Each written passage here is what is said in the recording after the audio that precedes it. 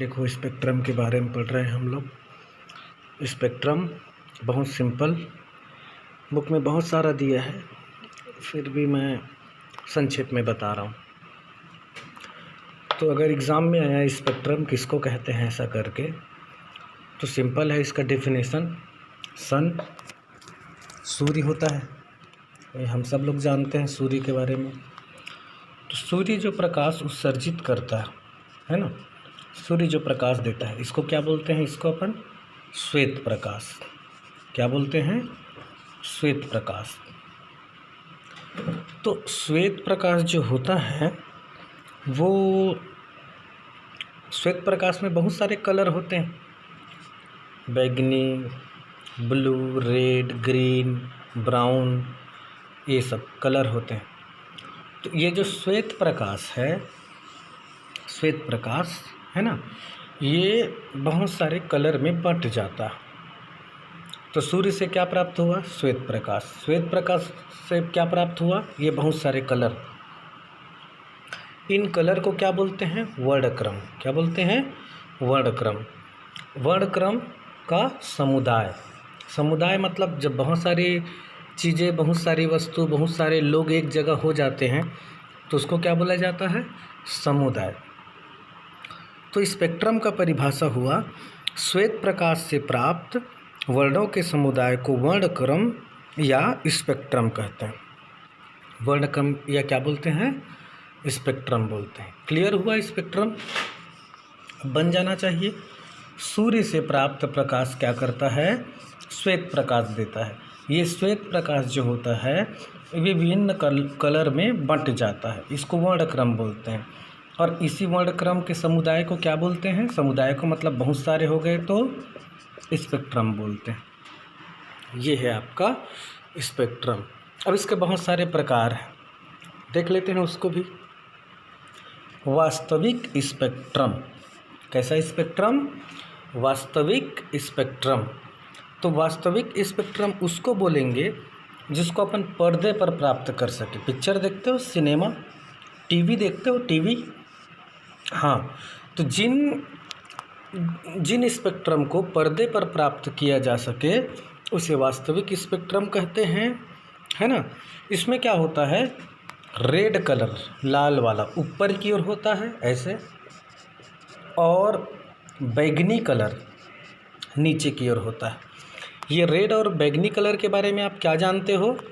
Red colour जो होता है इसका विचलन कम होता है, इसीलिए ट्रेन की पटरियों पर लाल रंग का क्या लगाया जाता है? सिग्नल। ये दूर से दिखता है, मतलब ना लाल कलर फैलता कम है, लाल कलर फैलता कम है और बैगनी कलर बहुत फैलता है ना। तो इसका विचलन कम होता है और इसका विचलन ज़्यादा होता है। तो रेड और बैगनी ऊपर और नीचे होते हैं। जस्ट इसका उल्टा होता है आभासी। सेकंड वाला क्या हुआ? आभासी। तो आभासी को पर्दे पर प्राप्त नहीं किया जा सकता। आभासी को पर्दे पर प्राप्त नहीं किया जा सकता क्योंकि वास्तविक का उल्टा क्या होगा? वास्तविक का उल्टा आभासी होगा। और इनके कलर जो होंगे, बैगनी कहाँ चला जाएगा? ऊपर की ओर, और रेड कहाँ आ जाएगा? नीचे की ओर। सिंपल है। इसके बाद अशुद्ध, अशुद्ध स्पेक्ट्रम। तो अशुद्ध स्पेक्ट्रम किसको बोलेंगे? जो मिक्स होगा, सारे कलर इधर उधर फैले हुए होंगे एक दूसरे के अंदर, इसको बोलते हैं अशुद्ध स्पेक्ट्रम। इसके बाद आ जाएगा शुद्ध, इसका उल्टा। शुद्ध इसका उल्टा क्या होगा? ये फैले हुए नहीं होंगे, ये कैसे होंगे? लेयर में होंगे। कैसे होंगे?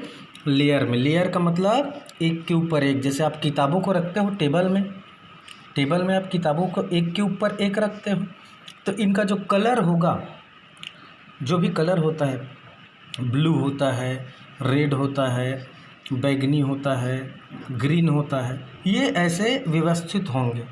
इसको क्या बोलेंगे? शुद्ध स्पेक्ट्रम बोलेंगे।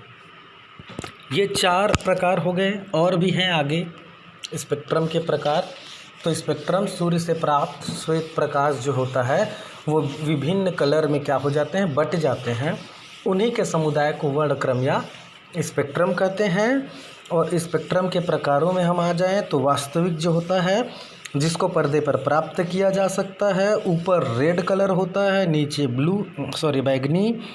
आभासी को पर्दे पर प्राप्त नहीं किया जा सकता और ये वास्तविक का उल्टा होता है। अशुद्ध स्पेक्ट्रम मिक्स होता है कलर, अशुद्ध में लेयर वाइज होता है।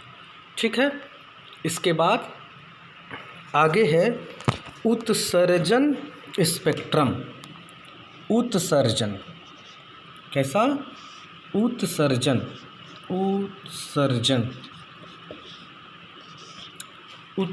स्पेक्ट्रम है ना। ये क्या होता है? ताप दीप्ति से प्राप्त होता है। जैसे आगी होता है, लकड़ी को जलाए तो आगी, कोयला को जलाए तो आगी, ये हो गया। इससे जलाएंगे, इसको गर्म करेंगे तो क्या होगा? ताप के कारण क्या होगा? इसके कलर जो है बाहर की ओर जाएंगे, बाहर की ओर। तो ताप दीप्ति से प्राप्त स्पेक्ट्रम को अपन क्या बोलते हैं? उत्सर्जन स्पेक्ट्रम बोलते हैं। और इस उत्सर्जन स्पेक्ट्रम के प्रकार होते हैं। क्या होते हैं? इसके प्रकार होते हैं। कौन कौन से प्रकार होते हैं? पहला संतत। कैसा? संतत। दूसरा होता है रेखिल, माने संतत स्पेक्ट्रम, रेखिल स्पेक्ट्रम, और होता है बैंड स्पेक्ट्रम। तो उत्सर्जन के कितने प्रकार हो गए? संतत, रेखिल और बैंड। ये परीक्षा में पूछा जाता है। तो संतत स्पेक्ट्रम कैसा होगा?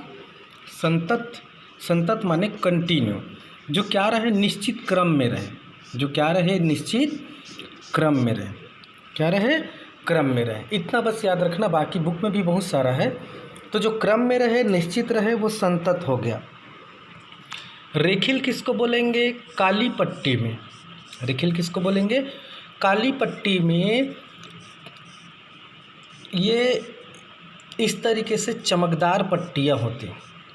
चमकदार पट्टियाँ, ये पट्टियाँ कैसी होती है? पतली चमकदार पट्टियाँ अगर काली पृष्ठभूमि में हो तो वो होता है रेखिल स्पेक्ट्रम। और इसका उल्टा होता है बैंड स्पेक्ट्रम। ऐसी ही काली पृष्ठभूमि पर चौड़ी, कैसी? चौड़ी चमकीली अगर अपने को प्राप्त हो वर्णक्रम, तो इसको क्या बोलते हैं?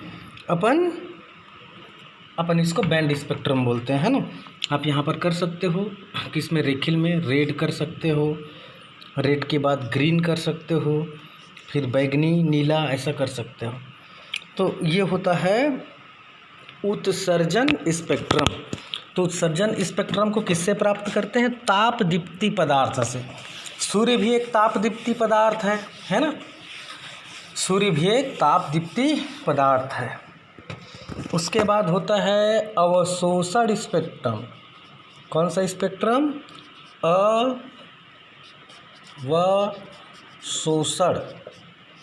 अवशोषण का मतलब क्या होता है? सोखने वाला।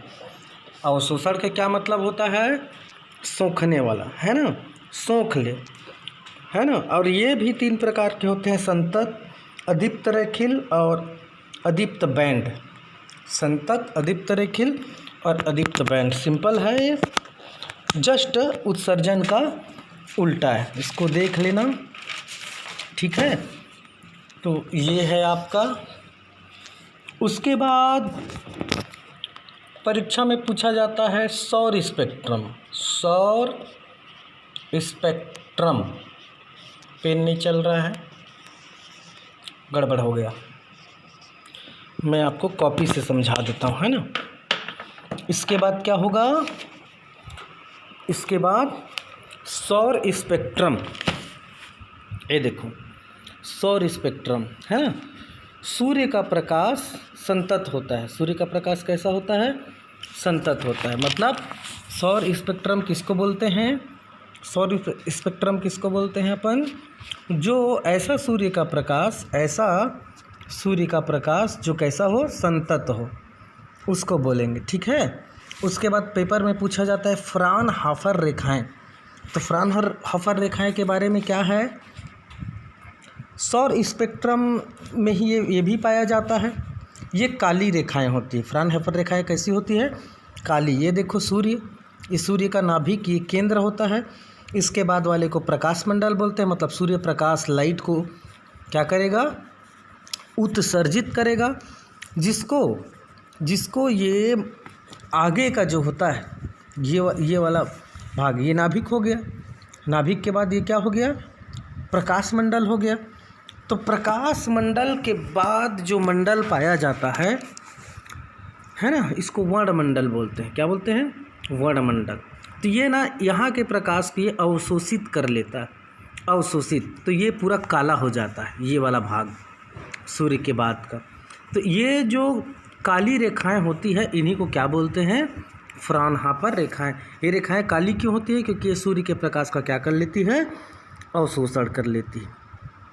इसके अलावा भी इस चैप्टर में आपको क्या देखना है कि लोग ग्रीष्म ऋतु में सफ़ेद कपड़ा क्यों पहनते हैं, ग्रीष्म में माने गर्मी में, ठंडे में काला कपड़ा क्यों पहनते हैं, ये पूछता है ना। वेल्डर मास्क क्यों लगाता है, इंद्रधनुष में प्राथमिक इंद्रधनुष, सेकेंडरी इंद्रधनुष, ये पढ़ना है।